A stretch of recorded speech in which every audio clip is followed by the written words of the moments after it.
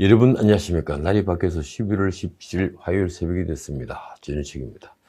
요즘 청와대가 태도를 바꾼 건가요? 이 반전도 이런 반전이 없을 정도로 지금 친일 바람이 세차게 불고 있습니다. 그런데도 틈만 나면 이 나라 보수청을 친일 바람에 공격하던 친문들은 조용합니다.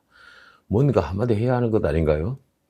박지원 국정원장은 지난 8일 아주 공개적으로 일본으로 날아가 스가 요시히데를 만났습니다. 외교장관을 제쳐두고 정보부 수장이 외교에 나선 건 전례 없는 일이죠. 뒤이어 12일 김진표, 윤호중 의원 등 여당 중진들이 도쿄로 몰려가서 스가는 물론 니카이 간사장 등 자민당 건물들을 줄줄이 찾았습니다. 마침내 문 대통령은 14일 화상으로 진행된 아세안 플러스 3 정상회의에서 특별한 인사를 합니다. 이 각국 정상 여러분, 특히 일본 스가 총리님 반갑습니다. 돌아가는 걸 보니 강제징용 배상 문제도 나름 돌파구를 마련한 것처럼 보입니다. 아마 한국 정부가 돈을 출연하겠죠. 어쨌든 한일 관계가 정상화되는 걸 나무랄 일은 아닙니다. 그러나 그동안 반일을 정치적으로 이용해온 것은 짚고 넘어갈 문제죠. 광복절 경축사에서 다시는 누구에게도 지지 않는 당당한 나라가 됐다는 감정적인 발언을 쏟아낸 사람은 다른 사람이 아닌 문 대통령이니 말입니다. 중국도 몸이 훅 끈달았습니다. 이 시진핑도 그드름을 피울 때가 아닙니다. 한국이 바이든의 중국 봉쇄 정책에 따라 태평양 인도 전략에 가담하는 건 막고 싶은 것이죠. 왕이가 이달 서울에 온다고 하니 시진핑의 연내 방안은 이제 가시화된 것으로 보입니다. 지금 문 정부가 일본에 총출동하다시피 하면서 궁극적으로 노리는 건 무엇일까요? 바로 12월 서울에서 열자고 하는 한중일 정상회담입니다. 솔직히 그 회담에서 논의할 현안은 없습니다. 그러니까 이제 문 정부에게 화두는 친일이 된 겁니다. 문제는 스가 요시히데가 이 정상회담을 매우 조심스러워하는 것입니다. 그도 도쿄올림픽 직후에 의회를 해산해 총선거를 치를 심산이니 쉽게 한국과 타협하기에는 걱정이 많겠죠. 일본 역시 반한이 정치적으로 엄청난 도움이 되니 말입니다. 그래서 스가의 답변이 이렇습니다. 조건을 정돈해주면 좋겠다. 문 대통령은 다시 미중 간 줄타기에 나섰습니다. 이틀 전 15일 RCEP 영내 포괄적 경제 동반자 협정에 최종 서명한 겁니다. 물론 청와대는 RCEP이 중국이 주도한 게 아니라고 강변합니다. 그러나 RCEP이 미중 무역 전쟁에서 미국에 대항하는 중국의 방패라는 데는 이견이 없습니다. 천하가 다 알고 있는 사실이죠. 어쨌든 RCEP은 세계 최대 규모의 다자 자유무역 협정입니다. 청와대는 CPTPP라고 하는 환태평양 경제 동반자 협정에도 필요하면 들어가겠다고 했습니다. 이 말은 미국 바이든 정부가 CPTPP에 복귀를 하면 우리도 페널티를 물면서라도 들어가겠다는 의미입니다. RCEP은 한중일과 아세안 10개국 그리고 호주, 뉴질랜드 등 총 15나라가 참여한 다자 FTA인데 이 서명으로 우리는 일본과 처음으로 FTA를 맺게 된 셈입니다. 문제는 경제적 효과인데 RCEP 참가는 사실 우리에게는 큰 의미가 없습니다. 일본을 제외한 나머지 13나라와는 개별 FTA가 체결되어 있으니 말입니다. 자, 국내 정치 얘기하죠. 이 추미애 장관이 연출하는 막장 드라마는 언제가 이어질까요? 지켜보는 국민은 필요한데 도대체 연일 계속되는 그녀의 막가는 은행에 제동을 걸기는커녕 오히려 부추기는 집권 여당은 어찌 된 겁니까? 하긴 언론 보도를 보면 추미애를 손질해야 한다는 얘기가 이제 민주당 안에서도 나오는 모양입니다. 추 장관은 어제도 국회에서 야당과 고성을 주고받았습니다. 이 민주당도 덩달아 고성을 지르더군요. 절대 지지 않는 여인이라고 할까요? 어제 그녀가 도발한 것은 역시 특수활동비였습니다. 검찰총장의 삼짓돈으로 되어 있는 것이 거의 50억 원에 이르는 것 같다. 자의적 임의적으로 쓰이고 한 번도 법무부에 보고된 바 없다. 이 말은 명백히 윤석열에 대한 명예훼손입니다.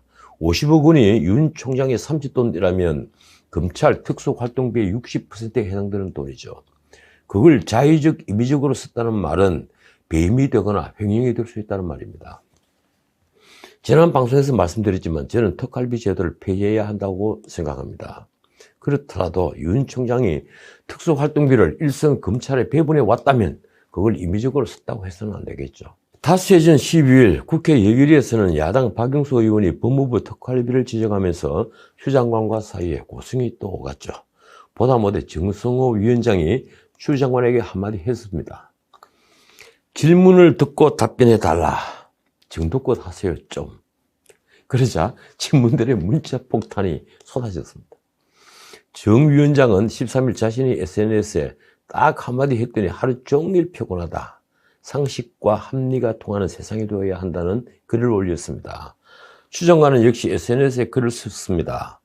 친애하는 정승호 동지에게 장관이 국회의 위원장을 동지라고 부른 겁니다. 어쨌든 그 글에서 그녀가 야당 의원들을 공박하면서 한 말은 이렇습니다. 흔들리지 않고 이루어지는 계획이 어디 있겠느냐. 그 길에 우리는 함께하기로 한 민주당 동지다. 그 동지는 오만한 태도 하나만으로도 지금 거대한 무덤을 파고 있는 중입니다.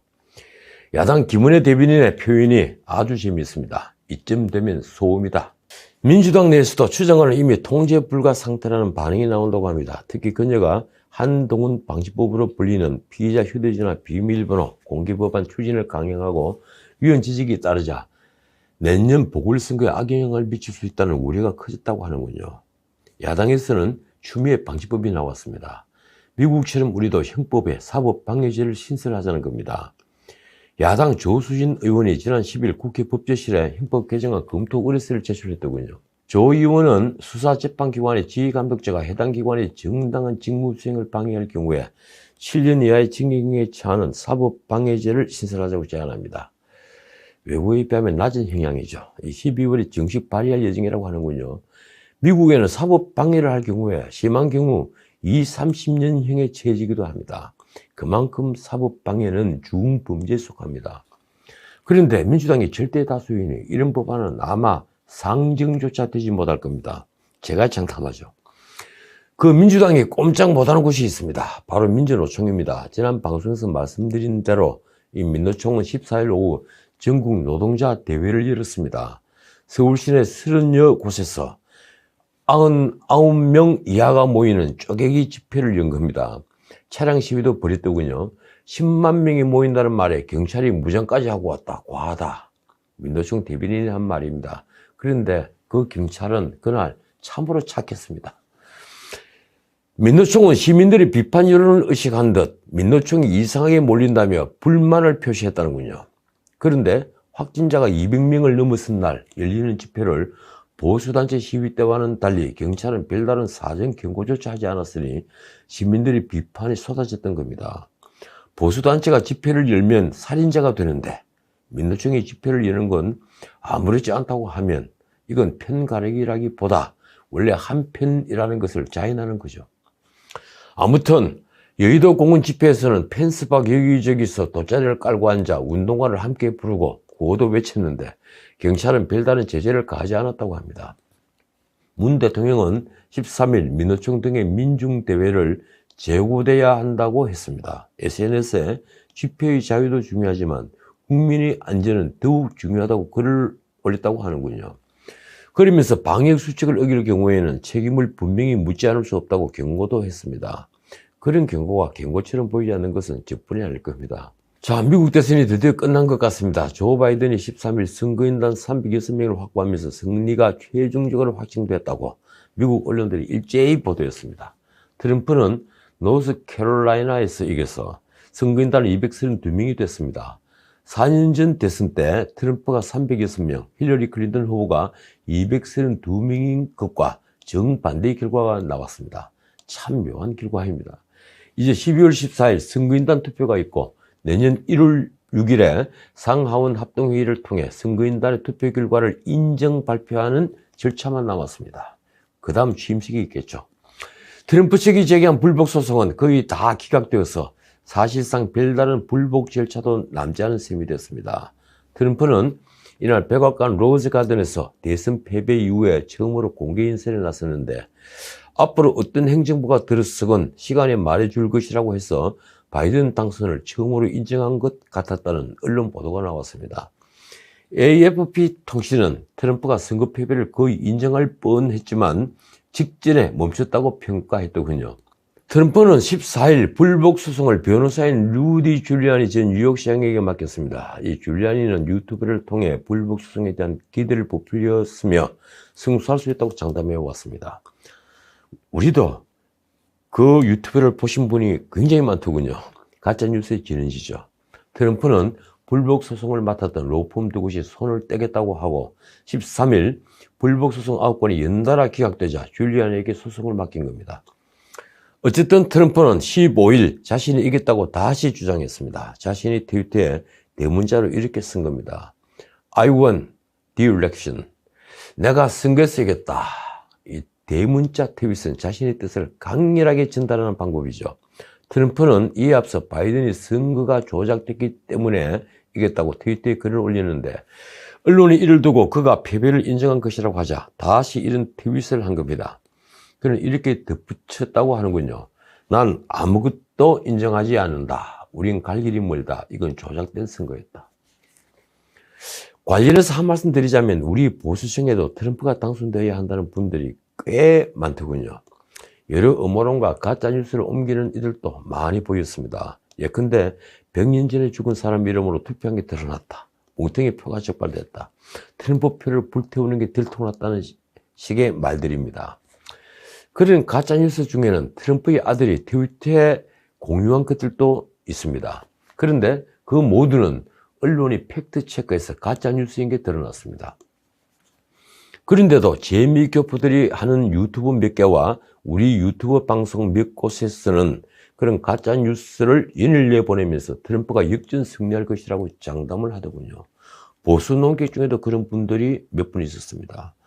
제 방송 댓글에도 트럼프의 당선이 우리 안보에 중요하다는 글들도 많이 보였습니다. 바이든이 되면 한국이 보수에게 불리하다는 주장입니다. 트럼프가 보수, 바이든이 진보인 것은 맞습니다. 그러나 바이든은 유럽의 사민주의자는 아니죠. 미국에서 보통 진보라고 부르는 현대 자유주의, 컨템포러리 리버럴리즘은 범자유주의입니다. 우리로 치면 보수에 속합니다. 유럽의 사회민주주의처럼 집단주의가 아니라는 얘기입니다. 부유세를 주장한 샌더스를 민주당 주류가 거부한 이유이기도 합니다. 워런 엘자베스도 마찬가지입니다. 바이든의 정책과 우리 야당의 정책을 비교하면 누가 더 오른쪽에 있을까요? 장담하건대 저는 바이든이 우리 보수 야당보다 더 오른쪽에 있다고 확신합니다. 그만큼 포퓰리즘으로 우리 야당의 좌클릭이 선을 넘은 것이죠. 무엇보다 바이든은 한미동맹을 강화할 인물입니다. 미국 민주당은 공화당과 달리 지금까지 자유의 확산을 위해 전 세계에 개입을 해온 정당입니다. 반면 공화당은 미국 우선주의와 고립주의를 선택하는 경우가 많았습니다. 만약 트럼프가 재선되었으면 어떤 일이 벌어졌을까요? 저는 제 방송에서 트럼프는 김정은이 조금만 양보하면 평양의 대표부를 만들 것이라고도 얘기했습니다. 그는 사실 한국 안보는 별 관심이 없습니다. 그가 김정은을 친구라고 부르는 것은 오로지 ICBM과 플루토늄 탄을 막기 위한 것입니다. 미국 안보에만 관심이 있다는 말입니다. 트럼프 본인이 그렇게 얘기합니다. 트럼프는 김정은이 230킬로톤 전술 핵무기를 가지는 것을 충분히 양해해야 할 사람입니다. 그건 미국의 위협이 되지 않으니까요. 그는 5조 원이 넘는 방위비 분담금을 요구했고 그 돈을 주지 않으면 철군하겠다고도 했습니다. 미국이 돈을 들여서 지켜주니까 한국은 자동차와 TV를 만들어 미국에 판다는 사고를 하는 수준의 지도자입니다. 저는 그가 부패했다거나 포르노 배우와 부적절한 관계를 가졌다거나 하는 데엔 별 관심이 없습니다. 그러나 적어도 트럼프보다는 바이든이 당선되는 것이 우리의 안보와 경제에 훨씬 더 도움이 된다고 믿습니다. 바이든이 친중주의자라고 비난하는 이들도 많더군요. 바이든은 상원에서 주로 외교를 담당했죠. 그는 중국과 교류 확대를 추진했습니다. 그래서 북경에도 자주 갔습니다. 그런데 바이든은 시진핑과 처음 교류했을 때 시진핑을 개방적이고 솔직하다고 했으나 올해 들어서는 시진핑을 민주적인 생각이라고는 전혀 없는 사람으로 비판했습니다. 심지어 악당이라고도 했죠. 그가 친중주의자가 아닌 것은 분명해 보입니다. 지금 시진핑은 바이든이 당선에 바짝 긴장하고 있습니다. 바이든이 문 대통령과 첫 통화를 하면서 그가 강조한 건 태평양 인도 전략이었습니다. 중국을 봉쇄하겠다는 전략이죠. 아마도 바이든이 당선에 가장 긴장하는 쪽은 시진핑과 김정은일 겁니다. 자, 오늘은 여기까지입니다. 어제 문 대통령은 뉴딜 전략회의라는 데서 당과 정부가 함께 가는 걸 강조하더군요. 대통령제 나라인데 말입니다. 요즘 저는 사필규정이란 말을 믿지 않습니다. 사필규정. 모든 일은 반드시 다시 정도로 돌아간다는 말입니다.